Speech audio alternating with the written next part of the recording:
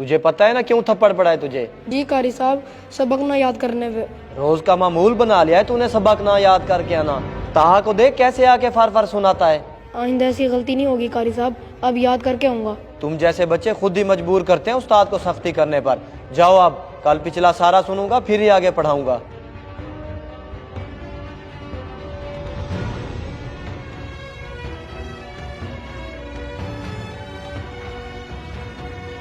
अच्छा, वो कारी साहब कल से मोहल्ले के 2-3 बच्चे और भी आएंगे पढ़ने? जी बेहतर हो गया इमाम साहब, जितने भी बच्चे आ जाएं दीनी तालीम देना तो मेरा फर्ज है। जज़ाकल्लाह।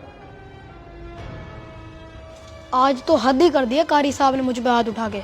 ये तो होना ही था। कितनी दफा उन्होंने तुझे प्यार से समझाया, लेकिन तू याद करके ही नहीं आता सबक। फिर भी हाथ उठाना नहीं बनता था, दोबारा प्यार से समझा देते। बहुत गलत किया उन्होंने। देख भाई, कारी साहब पढ़ाई के मामले में कोई माफी नहीं देते, इसलिए बेहतर है रोजाना याद ही करके आया कर। चलो देख लेता हूँ मैं। कारी साहब की ये सख्ती तो मैं किसी सूरत बर्दाश्त नहीं करूंगा। इन्होंने मुझ पे हाथ उठा के अच्छा नहीं किया। अब मैं वो करूंगा कि ये हमेशा याद रखेंगे। बख्शने वाला तो मैं भी नहीं।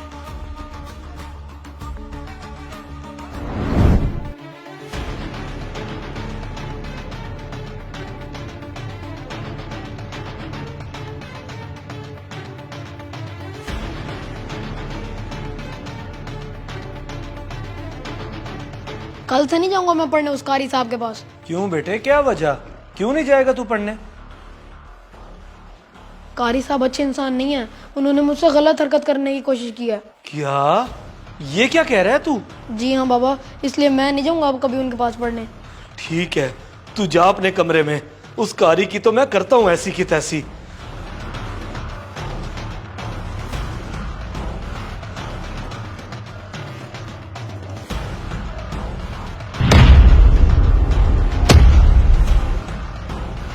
दफा हो जाए यहाँ से, वरना अच्छा नहीं होगा।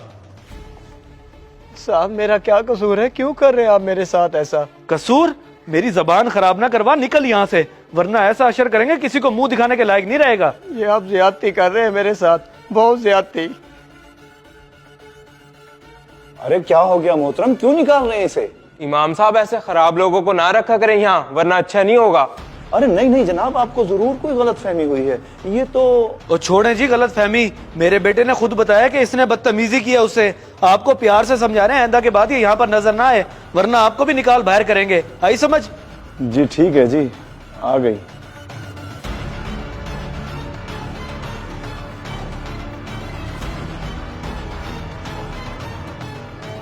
पता नहीं किस चीज की दुश्मनी निकाली है इन्होंने कि बगैर वजह के इतना बुरा भला बोल के मुझे निकाल दिया।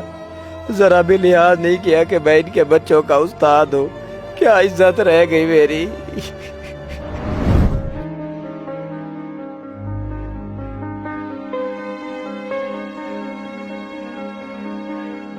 इमाम साहब आज कारी साहब नहीं आए? नहीं बेटा, वो अब कभी नहीं आएंगे। क्या मतलब कभी नहीं आएंगे? बेटा अयान ने उन पर इल्जाम लगा दिया कि वो एक गलत इंसान है, और फिर कल ही आकर उनके वालिद साहब ने उन्हें यहाँ से निकाल दिया। अस्तगफिरुल्लाह, इतना बड़ा इल्जाम! ये झूठ है। कारी साहब तो बहुत अच्छे इंसान है, मैं खुद भी तो उनके पास पढ़ता हूँ। मैं जानता हूँ, मैंने उन लोगों को समझाने की बहुत कोशिश की, मगर उन्होंने मेरी एक न सुनी। ठीक है इमाम साहब, अब मैं करता हूँ कुछ।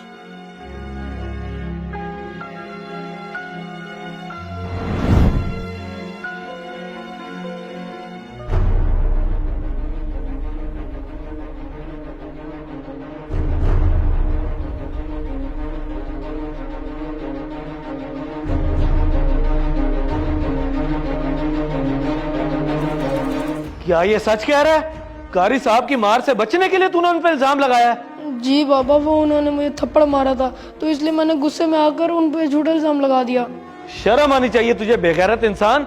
एक बाइज्जत इंसान पे यूं झूठा इल्जाम लगा के उसे बेइज्जत करवा दिया। गलती हो गई बाबा। गलती हो गई?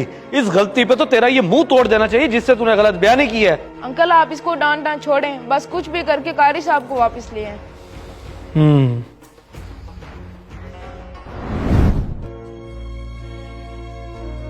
देखा जनाब, मैंने तो उस वक्त भी आपको बहुत समझाने की कोशिश की, लेकिन आपने मेरी एक न सुनी। बस इमाम साहब, गलती हो गई। बच्चे की बात पर यकीन कर बैठा। मोहतरम, इकबाल बहुत अच्छा बंदा है, मैं बचपन से जानता हूँ उसको।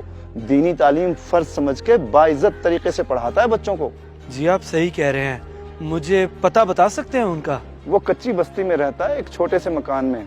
आप जाके किसी से भी पूछ लीजिएगा, अगर कहें तो मैं भी आपके साथ चलूं। नहीं नहीं इमाम साहब, बहुत शुक्रिया, मैं खुद चला जाता हूँ।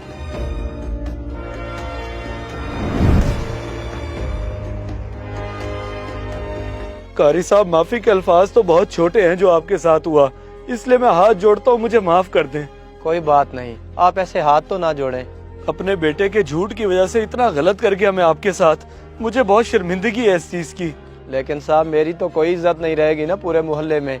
जहाँ से भी गुजरता हूँ लोग तरह तरह की बातें करते हैं। मैं एक एक घर में जाकर बताऊंगा कि मेरे बेटे का कसूर था, उसने झूठा इल्जाम लगाया आप पे, और इंशाल्लाह बाइज्जत तरीके से वापस आकर बच्चों को पढ़ाएंगे, ये वादा है मेरा आपसे।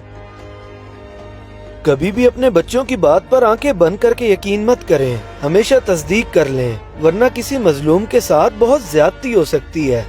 इस मैसेज को सदका जारिया समझ के ज्यादा से ज्यादा शेयर करें, शायद आपकी वजह से किसी की इस्लाह हो जाए।